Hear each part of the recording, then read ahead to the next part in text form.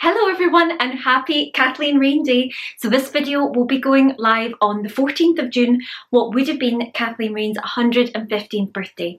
As many of you know, I had hoped to have copies of my new novel, The Round Tree, ready for then. Heartbreakingly, there has been a delay. You'll find more details in my blog, but rest assured the book will be reaching readers as soon as possible. I'm doing everything I can to find it a new forever home, and I think the principle that's at the heart of the novel itself, of how difficult it is to bring women's stories to the fore, to amplify their voices for a new generation, this is just another chapter of that, so I am here for that great battle as long as it takes. But of course, this is a day for celebration, and that's why I thought it would be fun. Over the past few months, in fact, over the years that I've been writing the manuscript, I have been building up my collection of Kathleen's poetry. So I now have one of each of her 11 volumes of poetry that she produced throughout her lifetime. Of course, there are then her collected works, many other pamphlets, countless academic publications, but don't worry, I won't be going through them all today. But I thought I would highlight each poetry collection in turn, a few of my own favourite lines, why I think it is so important that we hear her voice into the 21st century and beyond, and why Scotland in particular celebrates her poetic legacy. So let's get started. And before I do, let me actually take a moment to share a few highlights from my raindrop background. I think some of you have seen this painting already. This is a print of Victoria Crowe's beautiful, one of two beautiful portraits of Kathleen that she created, and you can see her throughout the ages of her life. There are lines of her poetry within it, which we'll be covering very shortly. It's really an exquisite print, and I'm so lucky to have that. Also, now I find poetry in the strangest places, and there's even, I think, the dome of St Paul's Cathedral is there as well. So very, for Blake, for Kathleen, for London, very appropriate painting there. Over here, oh yes, up here, I have a little otter in memory of Madge, of Edal, of Tico, of all the otters that meant so much to Kathleen, and Gavin Maxwell as well. And here, now you remember in my last video I mentioned Thetis Blacker, Kathleen's very close friend and an incredible artist. As you can see, this is actually one of Thetis's own batik artworks. It's called The Growing Seed, and it's part of a series called Cosmic Arboretum, which of course, with my first novel being Ellen and Arbor, speaks especially powerfully to me. I hope that you can get a sense on the camera of the colours, of the vibrancy, of the transcendence in her work. I think a beautiful artistic counterpoint to what we're going to find very shortly in Kathleen's words. And here, of course, well, a portrait of Kathleen herself, and this postcard, another one of Thetis's work. These both came when I took out my membership for Pythoness, which is Kathleen's educational charity. Details about them below. Please do support their work however you can. And here are the collections themselves. So we're going to be starting right here, back in 1943. So I'm going to start with Stone and Flower. I should say I have moved the collections down. I'm not sure my shelf is up for Kathleen's brilliance, if I'm honest. It was looking a bit heavy, so that's where they've gone, but we will go through them all in turn. And I'm going to start with Stone and Flower. Now, what a start this is.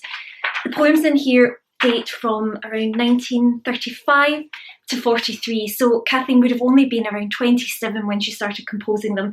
Of course, it's in the midst of the Second World War. You might remember I've already spoken about her essay collection, Faces of Day and Night, which again were composed during that time, so an incredibly challenging time, both personally and politically for her wider world, and yet generated such richness, such absolutely fascinating visionary work. The principle of what her work has to teach us is right here in Stone and Flower, right at the roots of her poetry. It's a particularly precious volume because, as you can hopefully see, it's also illustrated by none other than Barbara Hepworth. So throughout, as in keeping with the principle of Stone and Flower, which I'll touch on in a second, there are these illustrations that combine the kind of geometric intricacy with such an ecological awareness, a spiritual awareness of the natural world. So it's a perfect fit, and it makes the volume particularly precious, I think. Now, you know that I have spoken about Kathleen's children's books and the beautiful illustrations within them. To my knowledge, this is the only poetry collection that's illustrated, certainly the only one that I've got. If there's another, please let me know in the comments. I would love to see it. There's a funny anecdote about Barbara Hepworth and Kathleen's life, in fact, because she was married to Ben Nicholson, whose first wife was Winifred Nicholson, a wonderful, incredibly visionary, talented artist in her own right. And I've also been lucky enough to recently be in touch with the extended Nicholson clan and her grandchildren, so hello to all of you. The connections continue into this century from the last one. But the reason I'm telling this story is, as you might remember from my blogs, Kathleen certainly did not consider herself a feminist. In fact, I think that's where I come in. But now and again, you will find her quip. She was certainly aware that her female friends, the women in her life, ought to have been treated better by the men. So she once said to Ben Nicholson, "I hope you realise how lucky you've been to have not one but two talented women in your life." "Oh yes," Ben said, "from Winifred I learned a lot about colour, from Barbara I've learned a lot about form." Be that as it may, the illustrations are incredible here, and as I mentioned earlier, they capture the spirit of stone and flower. So this also has its roots in the Ullswater landscape that I was so lucky to visit last year, and another talented, underrated poet, Norman Nicholson, no relation of Ben and Winifred Nicholson, so we've got talented Nicholsons to spare in this story. His own poem, Above Ullswater, actually uses the same phrase, stone and flower. So there was a lovely kind of interplay between his poetry and Kathleen's. I think he ultimately admitted that he'd been a bit in love with her, and aren't we all? So I think for him it was a way to articulate the fact that he felt rooted to the earth, he felt grounded, and yet Kathleen's vision was already taking her to transcendent places, beyond the world of stone and flower. And yet I think also that phrase, for me at least, it does encapsulate the sense of balance and harmony, the harmony of the spheres, as she went on to write about. We've got stone, we've got earthiness, we've got groundedness, and yet we've also got flowers, we've got continual renewal, we've got beauty, we've got the transcendence there, and that spirit is very much apparent throughout this volume. There's also, let me see if I can find it. Where is it? I'm sure I had the page somewhere. There's also the first of several pieces of writing, poetry and prose alike, dedicated to Kathleen's cherished friend and patron Helen Sutherland. So you can see the speech of birds here, and you might remember I was watching the swallows at Cockley Moor where Helen had lived. A very, very appropriate tribute to a friendship that was lifelong and transformative for both of them. I hope a little birdie tells me that a biography of Helen Sutherland may be in the works as well, which is, well, it's very, very welcome indeed. She was an incredible, fascinating lady, so I cannot wait to read that. And anybody who did watch my Ullswater vlog, you'll also remember my journey felt more like a pilgrimage to the Kathleen Raine Poetry Stones. So on Ullswater Way, they're doing wonderful work to commemorate Kathleen's legacy and to act in tribute to the work that she composed there, that the work that the landscape inspired within her. Let me see, I'm sure I have them marked.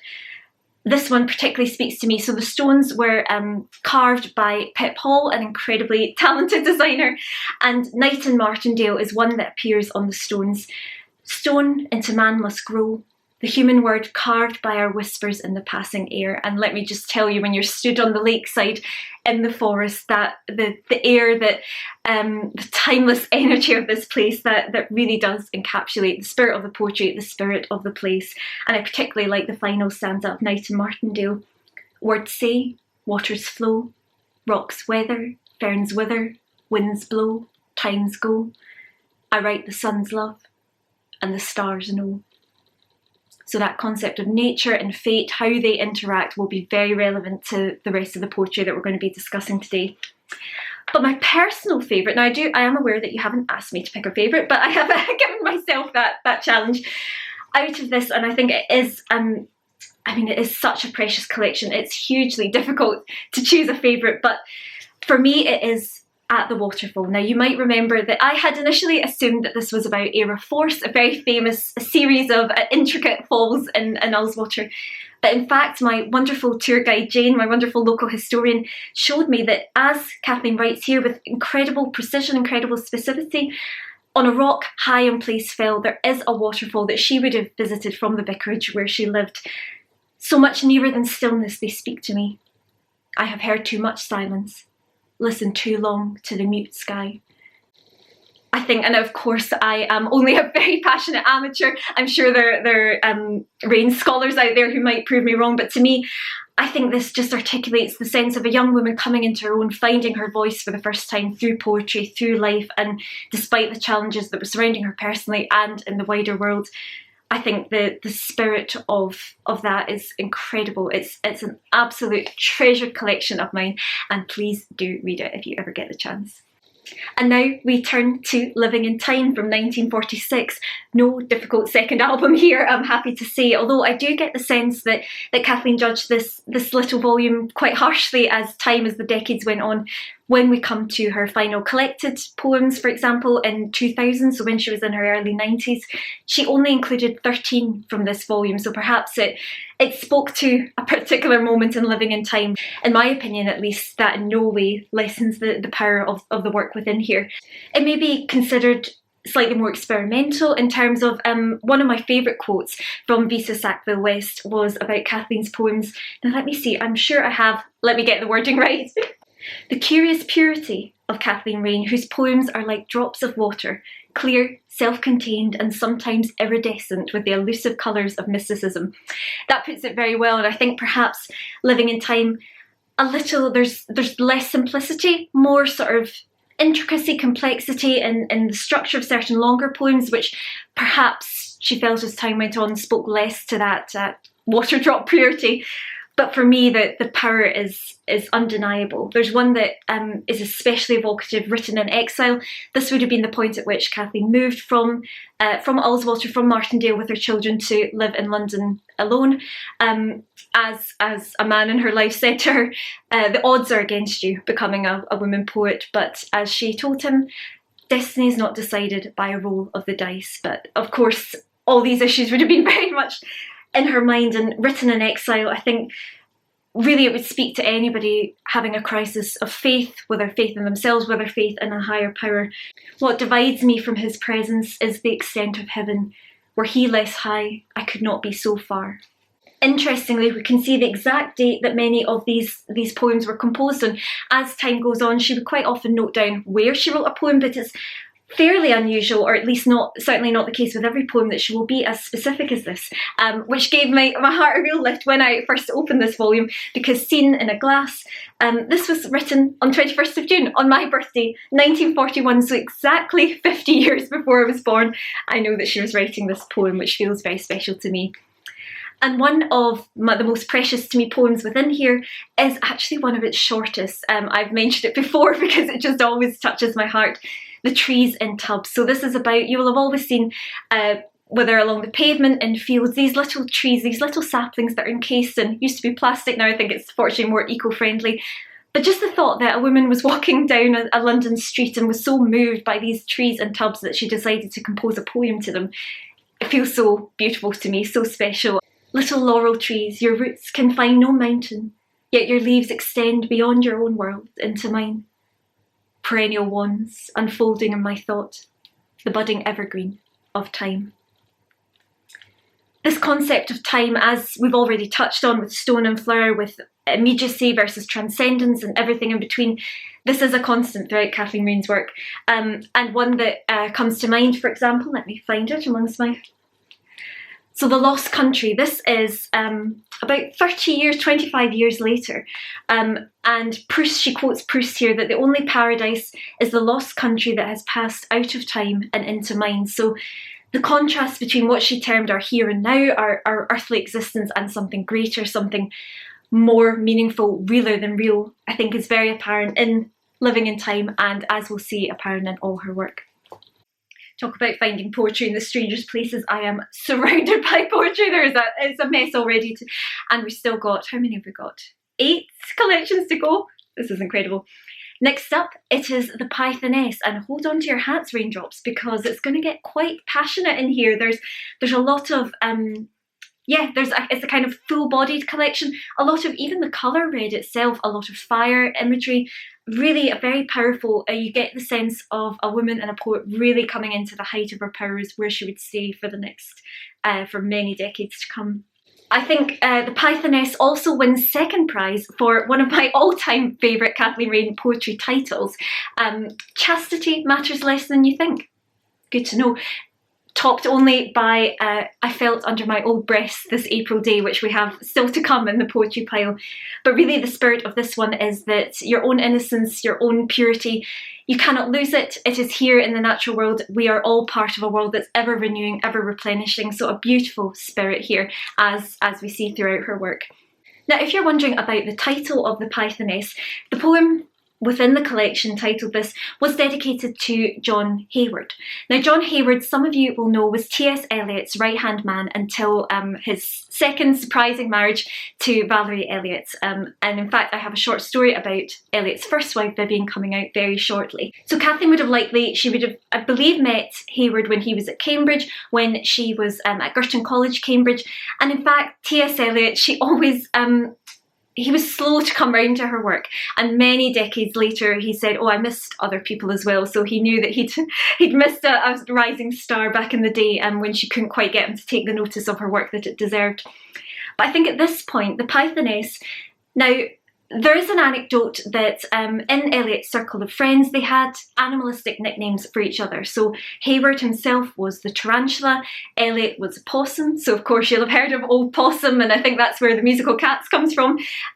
This kind of play on animal identities. And I wonder, now, raindrop interpretation, I'm sure the scholars may tell me I'm wrong, but to me, I wonder if the Pythoness, this really is her own play on that. I am that serpent-haunted cave whose navel breeds the fates of men. Strong stuff, eh? I am that feared and longed for burning place where man and phoenix are consumed away, and from my low, polluted bed arise new suns, new skies. So yes, what is always incredible about her work is there's the spiritual transcendence undoubtedly throughout, but there is this raw, this bodily, she does not compromise on the real life, on the granular groundedness, and I think that's so rare to achieve that balance. I can't think of another poet who did likewise. And incidentally, the Pythoness is the only one, to my knowledge, that has been captured on film. So I remember looking at the British Film Institute player, typing in Kathleen Raine, as you do, as I do anyway, and there was once, I'm not sure if it's still there, but please do check it out, there was a kind of illustrated poetic composition, a film of various poets, and hers was one of them. And so there was this very dark, very sinister, of course it's in black and white, animation, could we call it that, of the Pythoness, so that's well worth looking for as well. But yes, I'd say that collection number 3 really coming into the height of her powers, and as we will discover, that was only going to continue. So continuity confession first, there has been a dog walk, a Winnie walk between the Pythoness and this volume, so if my hair gets progressively more dishevelled as the video goes on, you know why. Even like we must be about 20 minutes in, and I feel like I'm only beginning, because if I had to choose, and I know you haven't asked me, but if I had to choose a desert island Kathleen Raine poetry collection, it'd be a toss-up between this and Living with Mystery, her final collection, but I think I would go for the year one. It's right at the heart of The Roundtree, my novel, and really just a spirit of love, a spirit of connection, a spirit of solace imbues every single word. It is an extraordinary work, very well deserved. I believe it was the 1952 Arts Council Poetry Prize, and if you manage to read this, and I highly recommend that you do, you will be instantly able to see why. A note on the title, first of all, this was inspired by Kathleen's friend, somebody that she gave great emotional and professional support to, David Gascoigne. In later years, she wrote that David Gascoigne was the only great living poet. I think she left somebody off that list, namely herself, but he wrote that nature is always in the year one. So again, that spirit of living in time, the here and now versus the transcendent, the realer than real, is very much here. And of course, earlier I mentioned my wonderful Victoria Crow print, and it quotes from The Moment, a poem that was first published in here.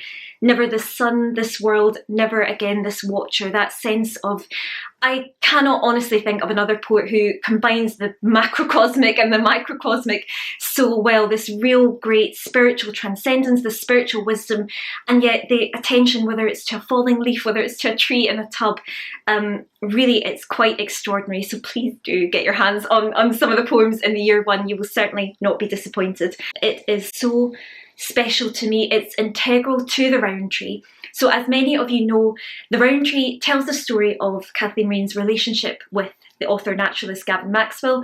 It begins in August 1949 and concludes in the first week of September 1969, so it tracks their relationship from the moment they meet until the moment that death parts them. This volume was published in 1952, so right at the heart of her falling in love with him. One of the things that frustrates me most of all is that you'll often hear, if the few mentions that Kathleen receives in Scotland, it will be that she had an unrequited love for Gavin Maxwell. I much prefer, if we have to call it something, I'd rather say a some-requited love, because it's undoubted that they had, for all that it was unconventional, for all that it was very volatile, an incredibly intense, emotional, spiritual bond, and that really is the heart and soul of the year one.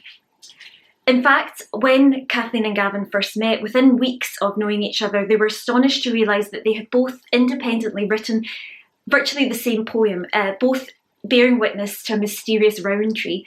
And that is, in fact, how the year one opens. So in her Northumbrian sequence, again, a source, if you remember my Allswater video and my trip to Northumberland myself, a great source of their initial connection was their shared childhoods alone together in the Northumbrian landscape. The fifth poem within her Northumbrian sequence is that round tree poem of which she first connected with Gavin Maxwell. The sleeper at the round's foot dreams the darkness at the root, dreams the flow that ascends the vein and fills with world the dreamer's brain. So this is in part why the novel is titled The Round Tree, as you'll discover when you get to read it. It also becomes a really important, potent symbol throughout their lives, not least because Gavin Maxwell's Sandaig, if you've read Ring of Bright Water, you might know it as Camusferna, had a round tree outside the door. Now, if, again, in the quite outrageous narrative that has thus far told Kathleen's relationship with Gavin Maxwell, you might hear tell that she, quote unquote, cursed him at this round tree. Needless to say, that is far from the full story, an absolute disgrace. Many of you will know that Scotland is reckoning far not before time with the legacy of the innumerable women who were accused, even convicted of witchcraft. We think we're talking many centuries ago, but this was unbelievably as late as 1968. Kathleen Raine is publicly shamed as a witch in the course of this tempestuous relationship, which is a travesty and an outrage and an injustice, and exactly what I hope the round tree will set right. But back in 1952, the worst of this drama had yet to unfold, and I think the love that she felt for Gavin Maxwell, and certainly the inspiration that she found at Sandaig. Of course, he's known the world over for illuminating this landscape to people in his prose. But what you'll find if you read the year one, and I highly, highly encourage you to do just that, is that she did exactly the same with her poetry. As we've already seen, waterfalls, landscapes, these were a perennial source of inspiration for her, and the year one is no different. In fact, it inspires me to delve in and turn right to the end. Now, this poem, Message from Home, there's mentions of their otters, there's mentions of the Sandaig landscape, but really it is about, he was somebody who, as we saw Kathleen experience herself in Britain in exile, Gavin did face significant struggles in his life, and this was such truly a message of connection, of hope. I think anybody that's feeling lost, you would take solace and take sustenance from these wonderful words. Of all created things, the source is one, simple, single as love. As you leave Eden behind you, remember your home. For as you remember back into your own being, you will not be alone. I can only imagine what it would have felt to have somebody compose such a testament of love and meaning and solidarity for somebody. So this really, I think the spirit of the year one is very much present in the round tree, I hope. And yet, even in the year one, you can sense that storm clouds are regrettably gathering over their Sandaig, and that's epitomised by the one poem that is explicitly dedicated to him, or perhaps not so explicitly, for GM, The Victims. Now, Gavin Maxwell did not like Kathleen writing too directly about him, or to be more specific, his mother did not approve of her doing that. And yet this one, for GM, it's about, there's a calf, there's a baby goat, their newborn coats scarcely dry from the natal waters, and yet as they go out to touch them, she or Gavin, or perhaps both of them, are struck by the fact that with all the inexpressible guilt of love, all the inexpressible love of guilt, that we sully the perfection of the newborn with our own sin, perhaps with our own guilt, with the earthy, problematic experiences that come with everyday life. So it's a very bittersweet poem, and I think, as I say, it does point to the torment and the tempestuous relationship that Kathleen is very sadly going to have to endure over the course of the next 15 years or so. Nevertheless, her love for Gavin Maxwell and her love for Sandaig, the inspiration that she found in this landscape, are so apparent. And there will be one poem in here that you almost certainly, even if you haven't heard the title, you have almost certainly heard of. It is the one that gave Ring of Bright Water, Gavin Maxwell's 1960 best-selling book, internationally released film. It gave it its title. Poorly acknowledged, I should say, as I have mentioned before. To this day, the audiobook of Ring of Bright Water, it reads her entire poem, no mention of Kathleen's name whatsoever. So for all intents and purposes, it sounds like Gavin Maxwell wrote it himself. That's not necessarily his fault, but it's still a very ambiguous formatting, which is what another part of what I want to set right with the round tree. The actual title, this is a bit of trivia for you all, is The Marriage of Psyche, and it's divided into two parts, the house and the ring, and it's the ring part 2, which he has married me with a ring of bright water whose ripples travel from the heart of the sea. He has married me with a ring of light, the glitter broadcasts on the swift river. It is an exceptional poem. I can well see why it would inspire fellow writers, inspire fellow creatives, and deserves more credit. I have been lucky enough, when I visited Ullswater, to be in Helen Sutherland's home and stand at the windowsill where Kathleen composed, or she certainly put the finishing touches to this poem. It was an experience I will never forget, and it's a poem that will never forget either. It's worth mentioning the myth of Cupid and Psyche. During the course of her extensive lifelong studies on William Blake, Kathleen had delved deep into the kind of Neo-Platonic work of people like Thomas Taylor, and the myth of Cupid and Psyche in a nutshell, which I shouldn't really be doing, but if I could summarise it in a nutshell, Cupid spirits Psyche away to his house of, in my love's house, there's a waterfall that flows all night down from the mountain summit. There are hills and pastures carpeted with flowers. It's an incredible, enchanted, nature-infused, magical space. Psyche can feel his presence, but she can't see him. And I think this spoke to the fact that Maxwell was often absent when Kathleen was up at Sandaig. She was taking care of the house in his stead, nurturing his landscape, nurturing his otter. And the platonic, capital P, true platonic love that she felt they had found in each other. But I actually want to conclude, again, picking a favourite, even though I don't have to, with one called Shells in here. Now, Kathleen often wrote about the kind of primordial beauty of Sandaig, the fact that this shoreline is untouched, unchanged, despite the constant ebb and flow of the tide. It was untouched for millennia, and she was fascinated by reaching down arm deep into bright water and the shells that she would discover. Harmonious shells that whisper forever in our ears, the world that you inhabit has not yet been created. This is an exceptional collection. It should have stayed perennially in print. Please do lay your hands on it. And although we barely have time to go into her collected poems, I thought I cannot resist highlighting this one, because this is what comes next after the year one. And it was, for all that there were issues with dedications, and their relationship really was a source of great torment, of great suffering for her.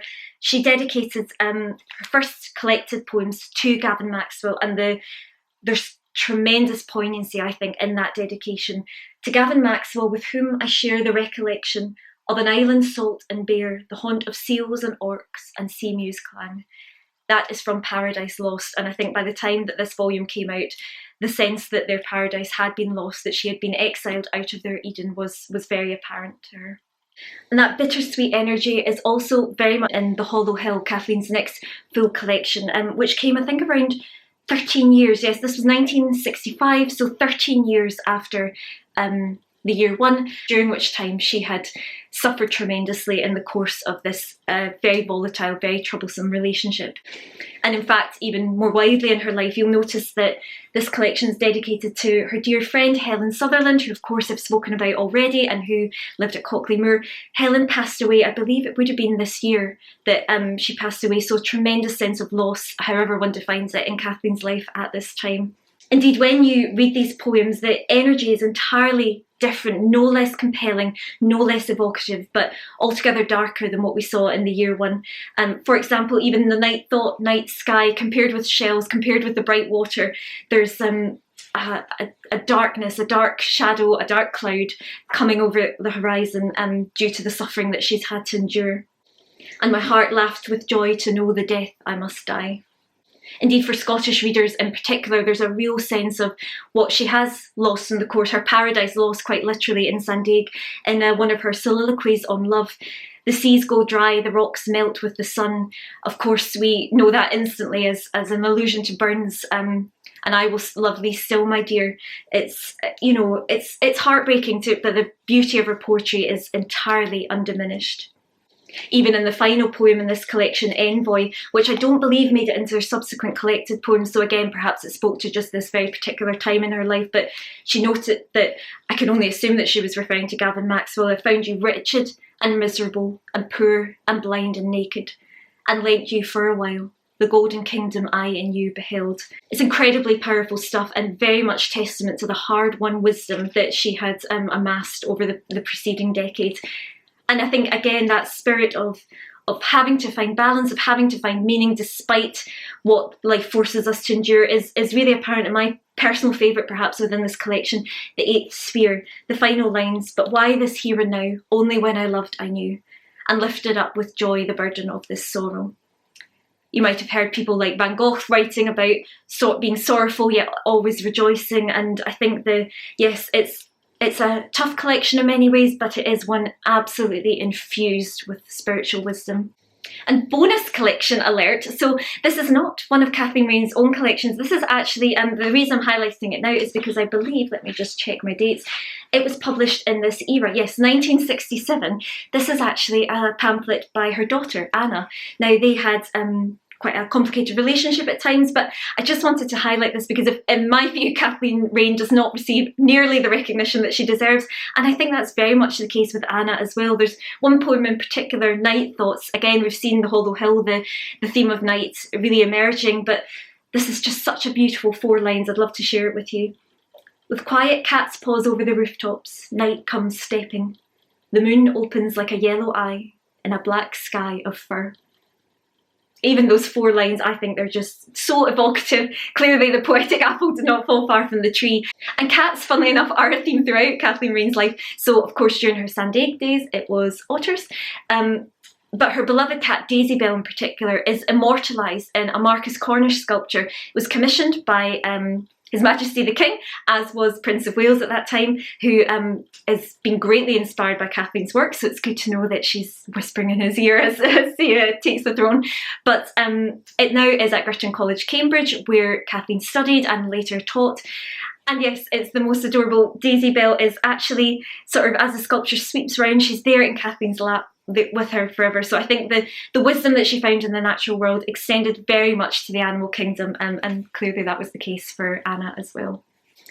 And if you'll forgive me for dipping briefly out of sequence, I can't conclude the kind of round tree chapter of Kathleen's life without highlighting On a Deserted Shore. Now, this is different to the other collections. It's a sequence, an epic poetic sequence of love and loss.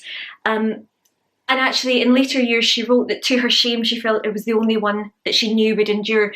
Of course, needless to say, she was being far too modest, but I think whatever your story is in life, all of us, heartbreakingly, we grieve. To live is to grieve, to live is to lose. And this would speak to anybody. There's stanza after stanza that just really touches the heart, touches the soul. One in particular that has echoed in my head throughout writing the manuscript is one in which she discusses somebody turning the leaves of the closed book of lives. If we were to open again those days solitary and sweet and wild, would not some essence pass, some chord tremble into the harmony of the spheres, lingering overtone of the remembered music that was ours? Now, I take that to mean, as I hope has been apparent in this video already, truly her words have transformative power, getting her story out there, getting her poetry to a new generation. I truly believe it can make the world a better place. Shall you and I, in all the journeyings of soul, remember the rowan tree, the waterfall? So if you'll forgive that brief jump out of sequence, On a Deserted Shore was published in 1973, and The Lost Country, which I've already mentioned earlier, it did technically come first in 1971, but hopefully from what I've just said you can appreciate the elegiac contemplative quality that understandably infuses this collection. There's several poems in here that in such a poignant way address Kathleen's relationship with Gavin, one indeed titled Message to Gavin, and you'll recall Message from Home back in the year one in 1952, but this one was written 1969, the year in which he passes away. And since not again can I be with you, life with life, I would be with you as star with distant star, as drop of water in the one bright, bitter sea. That was written on Iona in May 1969, very shortly before Gavin passed away. There's one poem in particular that was very present for me when I was writing the Roundtree, in answer to a letter asking me for volumes of my early poems. As you can imagine from the title, shortly before he passed away, Gavin had written to Kathleen asking her for copies of the poems in the year one in the Hollow Hill, as she note, that I wrote in heart's blood for your sake. And yet she went on to write, if hate were love, if love were hate, it could not make our tale untold. And that impetus to ensure that justice is done to her, that the true story is heard by subsequent generations, has really informed me in the writing of my work too. It's an incredibly powerful poem, an incredibly powerful collection. And that's certainly not to say that only their relationship informs The Lost Country. In fact, one of the beautiful touches in here is that Kathleen quite often notes where she wrote a poem. So we find a poem when she was staying with Winifred Nicholson, when she was staying in Cana. The sense of journeys in life, of this being a liminal point in which one chapter ends, another begins, is really apparent here. And I promised you earlier my favourite Kathleen title of all time, which as you can imagine is a hotly contested category amongst all these poetic riches. But in The Lost Country we found I felt under my old breast this April day. Now here she's really reflecting on aging, on the young girl within her, saying, let me be free of this winter bark, our form subtle as a dream, and Kathleen's older self telling her to, bear with as you may until your ripening joy puts off the dust and ashes that I am, like winter scales cast from the living tree.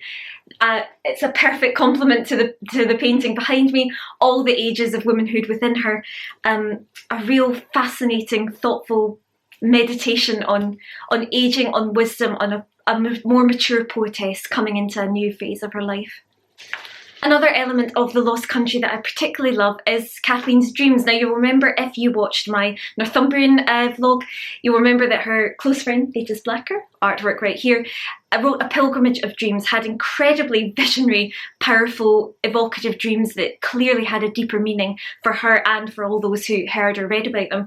And Kathleen here, there's a series of a number of dreams. When you read the Roundtree, visions of all sorts, both waking and sleeping, are very relevant, and that's something that I particularly love about this volume. And several of the dreams within The Lost Country were also published in this pamphlet. Extra bonus title alert, 6 dreams and other poems. Now I think I said earlier that none of Kathleen's poetry was illustrated other than Stone and Flower. Proving myself wrong, because here, forgotten about this gorgeous frontispiece by none other than Cecil Collins, who was Kathleen's upstairs neighbour, I believe. Upstairs? I think I've got that right, in 47 Paulton Square. And now we turn to the oval portrait. Now what a precious collection this is. And it's a precious copy for me because not only is it signed by Kathleen herself, but whoever, now I don't know who this originally belonged to, but they've left a little note saying that, let me get it out. Here's their notes, very detailed, that it was signed by Kathleen at reading at Words Etc. in Islington in December 1977. Now what really makes me smile about this little note is that the person, they offered her Living in Time and the Pythoness to sign, but Kathleen said that they had been written by another person whom she hardly recognised, and she would rather sign this one. So I think that gives us an insight into the evolution of her poetic legacy as time's gone on. By the time we reach the oval portrait, and now let me see, date-wise, so I mean a good 30 years have passed since the poems of Living in Time. Clearly she felt like she really had opened a new chapter of her life by this point.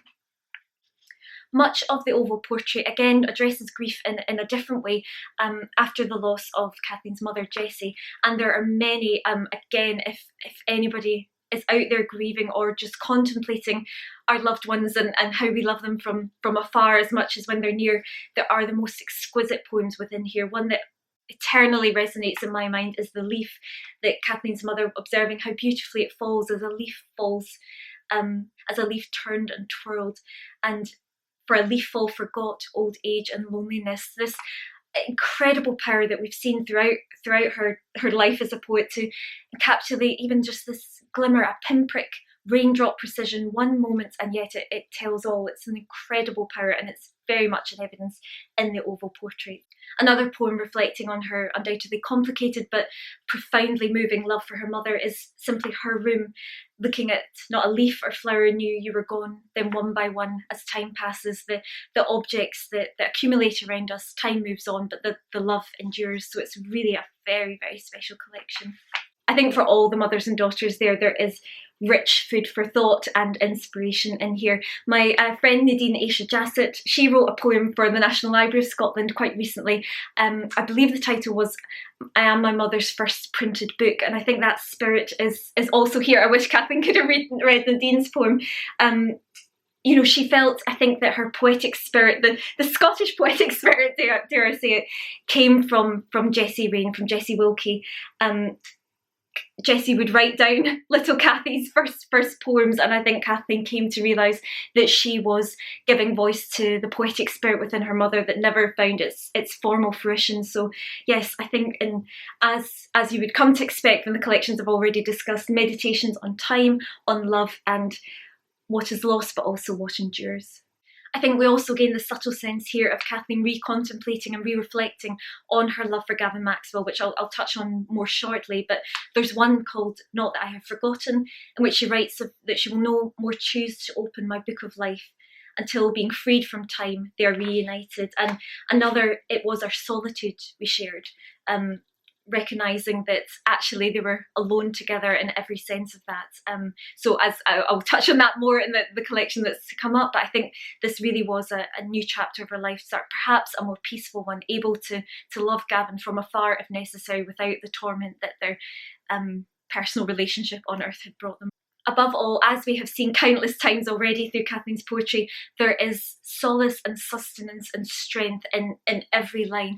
One that I regularly repeat to myself. In fact, I try and recite it in tough times, of which, of course, recently that has been one for me. I will recite this. This is Storm Stayed, and she's calling on Blake references. So Blake, famously, he was asked, when you look at the sun, don't you just see a big gold guinea in the sky? He said, no, I see a chorus of angels, a choir of angels, exclaiming, holy, holy, holy is the God Almighty. Kathleen reflecting here on how everything we see is holy, from the light of day to the snow and the mountain, the stone, the dry heather, the stunted tree.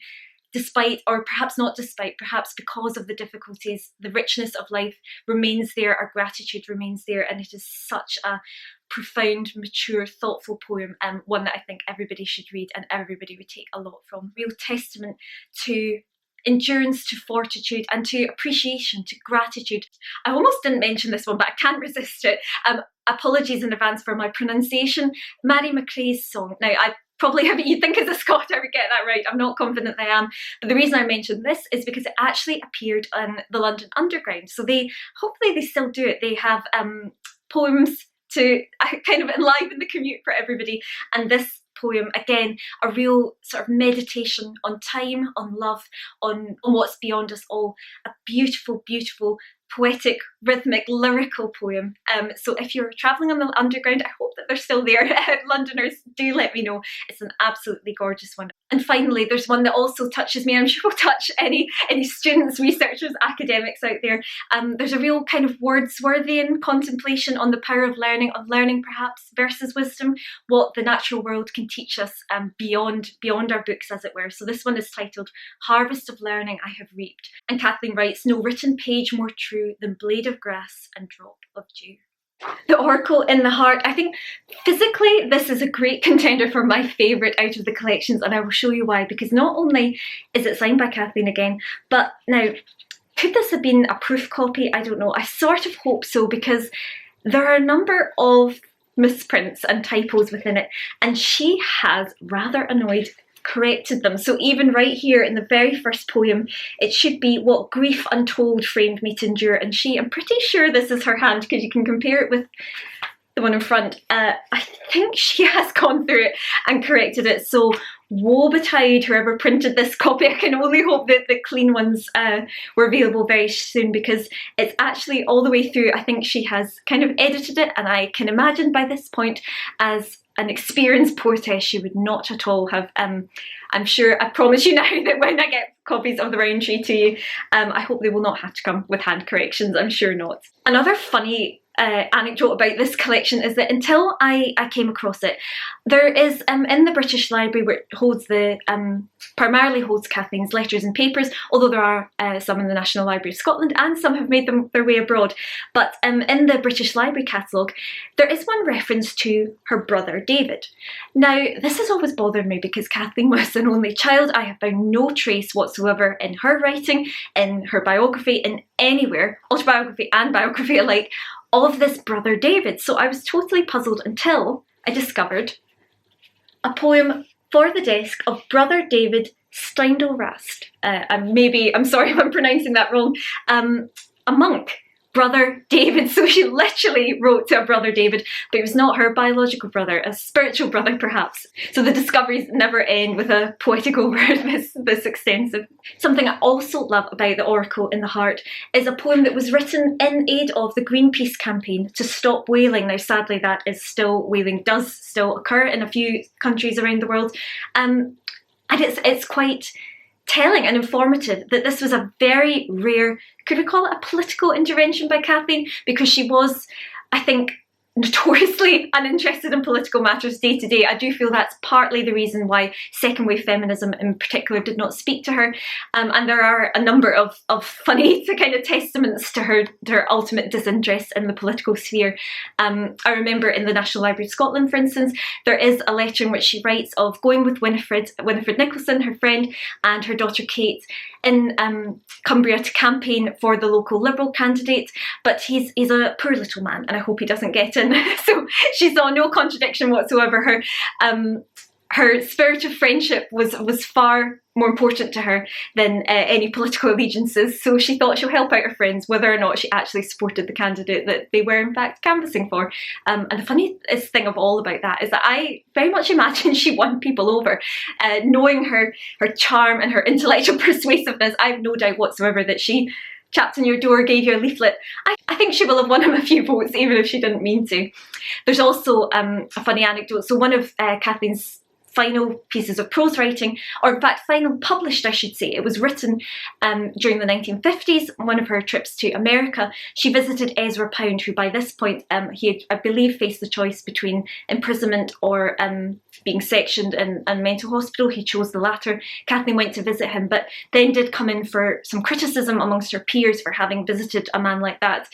But Auden kind of stuck up for her in a way, saying, well, nobody can have thought your motives are political. And Kathleen herself wrote, I took this to mean that everyone knows you know nothing about politics, which incidentally is quite true. And much as I honour that abstention from politics, I am glad that she was against whaling, as we all should be.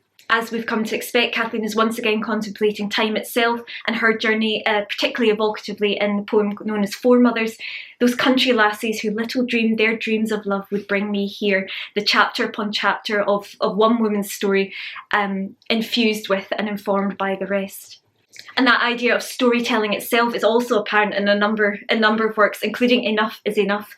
What was the story of my life that swept me on from line to line? Chapter by chapter closed, only to take up again my theme of fate. And yet, in a poem like Verdict, she does nonetheless continue to blame herself in the most heartbreaking way for the suffering that has unfolded in previous decades, for the paradise lost, which she mentions again here. Me, one of the most striking things about The Oracle in the Heart, and indeed about Kathleen's wider poetry, these poems were composed 1975 to 1978, so she would have been about 70 when she completed them. And yet, one of the things, if I had the time or perhaps the software, I would love to count just how many question marks are within her work. Even as she's getting older into this more mature stage of her life, she's constantly questioning, constantly reflecting. There's a beautiful, exquisite humility that we could all learn from there. And a series of, now, does she title them short poems? Or let me see what they're titled. Yes, a series of short poems followed by a literal short search for truth. I think at a stage where many of us, certainly even I feel as you get older, it's so tempting, so appealing to harden your heart against the slings and arrows of outrageous fortune. And yet she kept herself questioning. She kept herself like this beautiful flower with raindrops falling on the petals, kept herself open to new ideas, to new inspiration. I could have told much, by the way, that having reached this quiet place can say, only the old joy and pain mean less than these green garden buds the wind stirs gently. Now we turn to Kathleen's penultimate full poetry collection, The Presence. And when I mentioned earlier that I feel this time period represents a new chapter, one of many of course, a new sort of phase in her worldview, in her understanding of what she experienced both with and through Gavin Maxwell. It's a little Blake in joke for you there. And of course in her life more widely. That's because, oh dear, take two. That is because at the age of 74, Kathleen took the first of 2 trips to India. I bet you weren't expecting a new continent to be thrown into the mix now, but this is her 4th volume of autobiography, India Seen Afar. It is an amazing book. It won't surprise you to learn by now that I think that, but please do lay your hands on it. It's so precious, so underrated. I think in terms of how the kind of Western world encounters India, at this time Kathleen was once again sort of light years ahead. Even the very title, India Seen Afar, she was aware that she was approaching the country as a stranger, very cognizant, very respectful of that fact. When we're kind of wrestling with anti-imperialism and decolonisation to this day, I think her attitude to those she encountered around the world, we can learn so much from. It is filled with humour, with heart and with humanity, so please do give this a read. I haven't even really been able to cover her prose work in this video, but that may be coming soon. I should say also that India Seen Afar is dedicated in loving memory to Tambi, James Mary Thraja Tambimuto. I hope I pronounced all that correctly. Kathleen's first publisher and an incredibly colourful character in his own right. Somebody definitely needs to write a novel about Tambi as well. And he makes several appearances in the Round Tree. So yes, publishing fans, he was the founder of Poetry London, also Poetry London New York. An incredible life full of drama. So yes, definitely more to be said about the amazing Tambi. He was born in Ceylon, which is now Sri Lanka, and I think he was really perhaps the first professional person. Using that term slightly loosely, I think Tambi had too much eccentricity to really be called a professional in a conventional sense, but he had a great eye for talent, for innovation, and was really, I think, one of the first people to see this spark of genius alight in Kathleen's poetry during the war. Kathleen made not 1 but 2 trips to India. The first in particular is just, it's an incredible narrative, an incredible story. She visited with Thetis here and her beloved granddaughter Sonia, so really well worth a read. And I think even as time changes in the few years between her visits, once again, as you've seen throughout her poetry, there's such a nuance, such a rich, sophisticated understanding of time's passing, on the impact it has on our transient lives, but also what endures regardless. So that is the context for The Presence. And in fact, that's really apparent even in the handwritten poem that's included at the front of The Presence. Very lucky to have this copy. From times past to places present I return, where once in sun, now in shadow, the one stream flows on. It brings to my mind, back in Stone and Flower, the way is clear, the end we shall not know. The sea will carry us where tides run and currents flow. I think you can get the sense that actually Kathleen wrote, or she included in a lecture quite late on in her life, that she felt every writer was ultimately trying to say one thing in a myriad of different ways. And the presence, the present, the past, the future, her vision is really here in this volume, as we've seen in the volumes I've discussed today already. In one poem in particular, Light Over Water, brilliant, myriad, instantaneous alighting raindrops on a stream, raindrops, that has run unbroken down and on since this one familiar place was home. The same bright, innumerable company arriving, anew the present always absorbing from time's flow. Old, I know, how many, many, many the epiphanies of light. It feels especially touching to me that we're seeing the resurgence of light's imagery there, as you might recall in The Hollow Hill, a lot of night, a lot of darkness, but here in the present is light. In A Reckoning too, here and now, without end or beginning, the presence replies, What are you but one of the many, many in one, in the flow of time? For each is the all of boundless being, nor can the ending of time unlive life's myriad days, unnumbered hours of the numberless living, music of heaven, utterance of glory, the sound and the fury, the river of bliss. I listen and praise. And in fact, music itself, as perhaps the least tangible art form, also resonates throughout Kathleen's writing, and it won't surprise you to learn, I'm sure, that several of her poems have been set to music over the years, in particular through the Compose Her project. I was about to call it upcoming, but seeing as this will be going out in June, it premiered at the end of May 2023. The incredible composer Rebecca Rowe, who will be joining my Scottish Poetry Library panel tonight, has set six of Kathleen's poems to music, and I'm sure you're getting the sense from the words of just why it's such a perfect fit. Even in the poem The Presence, which of course gives this collection its title, the one human song from memory of a joy, a mode not I but the music knows, that informs us, utters with our voices, concord of heaven and earth, of high and low, who are that music of the spheres Pythagoras heard. You might remember also from On a Deserted Shore, if someone opened again the closed book of lives, would not some essence pass, some chord tremble into the harmony of the spheres, lingering overtone of the remembered music that was ours?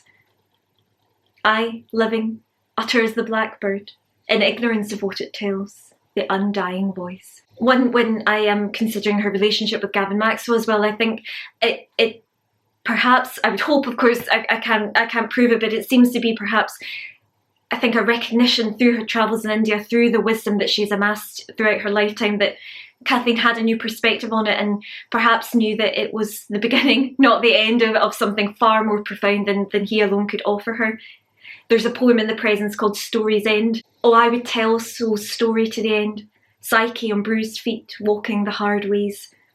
And then it goes on to say, remembering only that long ago she set out to find, but whom or in what place no longer has a name. And then the final line, is it I who wrote this? One especially in The Presence that I know will resonate with all the fellow writers out there is Wisdom of Words. It's one of the longer pieces in here. Through this pen point, this punctum, these old fingers inscribe my intricate line. From word to word I trace my way, seeking, divining scarcely discernible messages, passing from life to life clarities, marvels, epiphanies, all hearts, all souls have sought. And then it goes on, cosmic music of water and wind and stars, these memories told and retold, imparted from dream to dreamer by such as I, whose only knowledge is what we have made to be. And then finally, one poem that is particularly dear to my heart in The Presence, and which I do believe is part of Rebecca's groundbreaking composition, Say All is Illusion.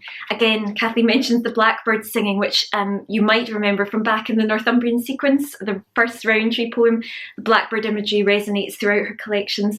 And yet also the rain coming on, the leaves green, the rainbow appearing. Reality or dream? What difference? I have seen.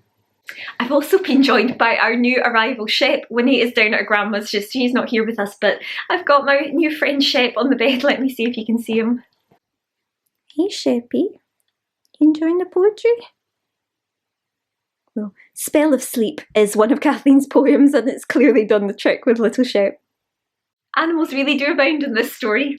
And last but certainly not least, we come to Living with Mystery, poems from 1987 to 1991, the year I was born and the year in which the Temenos Academy, Kathleen's educational charity, which continues to this day, was founded. So this, as I say, it's up there with the year one. If I had to pick a favourite, I think Living with Mystery is right there. It's also the only volume of Kathleen's poetry so far to be available to borrow in Glasgow Women's Library, where she will be shortly appearing as a woman on the wall. Inspirational women connected with Scotland past and present will be appearing there. The initiative also supports the library's fantastic green environmental activities, so I cannot wait to see Kathleen very well-deserved spot as an inspirational woman on the wall. Now, of course, as I have already addressed on my blog and a little today, Kathleen certainly did not consider herself a feminist, and yet again, this theme of solidarity, of empathy with women past and present, as is so evocatively captured in Victoria Crow's fantastic painting, is also present in Living with Mystery. To my transient self I say, you have not written, nor will ever, the untold of all women who have been and will be, through whom for a time in me life has received and given love's mystery. How far, Kathleen? How did you come here from the womb of your young mother, far from her heather hills? Has all been departure, or each day a destination? Or are these the same, here and now, always? In this final full collection, I think we can see all the themes we've already discussed today coming into the most beautiful, evocative, powerful fruition. Time, transcendence, presence, question marks yet again abound, as do these beautiful short poems, just water drops of purity that I think are unrivaled across the English language. And one thing that especially touches my heart in Living with Mystery, as I pointed out at the beginning, it's the only collection that was published when I was alive, which I love to think about. And there's a series, actually it begins with Christmas Present, then we have Sending Christmas Cards 1989, Christmas Card Poem 1990 and Christmas Card Poem 1991, that these would appear in Kathleen's Christmas cards, and the 1991 one in particular, I think I was about 6 months old. We who are old greet at the threshold the newborn arriving as we are returning. And then she goes on to write about the gifts that we offer to the babe who inherits the world we have loved. I feel very, very privileged indeed to be inheriting the world, even a small part of it that Kathleen knew, loved and wrote about with such wisdom, such perception, such beauty. And I hope from this whistle-stop tour of her collections that you feel the same. And to conclude with 2 lines, if you can believe it, across this dazzling over that crosses continents, centuries, you name it. One of little soliloquies in here, just literally 2 lines. To make the imperfect perfect, it is enough to love it.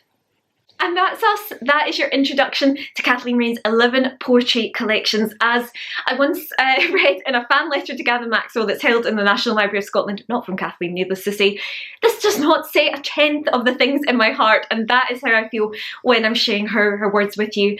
I hope that this, I'm sure, I know we've run to over an hour, but really just scraping the surface of what she can teach us, what we can learn from her work, the vision that's inherent within every word, and the difference that I truly believe her words can make. So please do read them. A great starting place would be the collected poems. This is the favourite edition, beautiful sunshine yellow here, and many of the poems that I've highlighted or introduced today are within this incredible collected poems.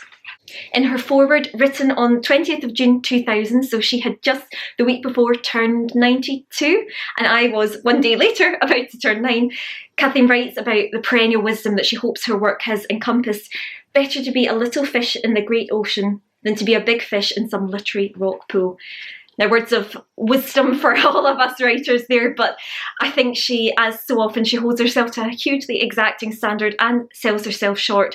I think the entire an ocean of inspiration is open to us via her work, and I hope that this has inspired you to take a dip.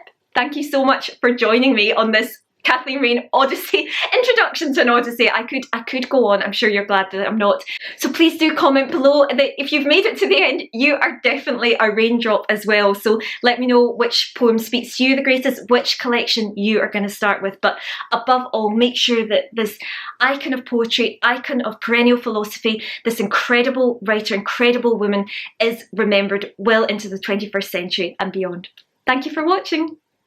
In her foreword, written in June 2000, so when she was 92, I believe, just turned 92, and I was the next day about to turn 9. Is that right? Come here. Shall we go? Oh, come on, I need my notebook. Come on. Come here. You come? Come get cuddle. Oh, please come here. Come on, I need my notebook. Come in. Oh, what a good boy. I just want this wee notebook in here. Hi, can I just extract this? Yes. Wait a bit, what? Thank you very much.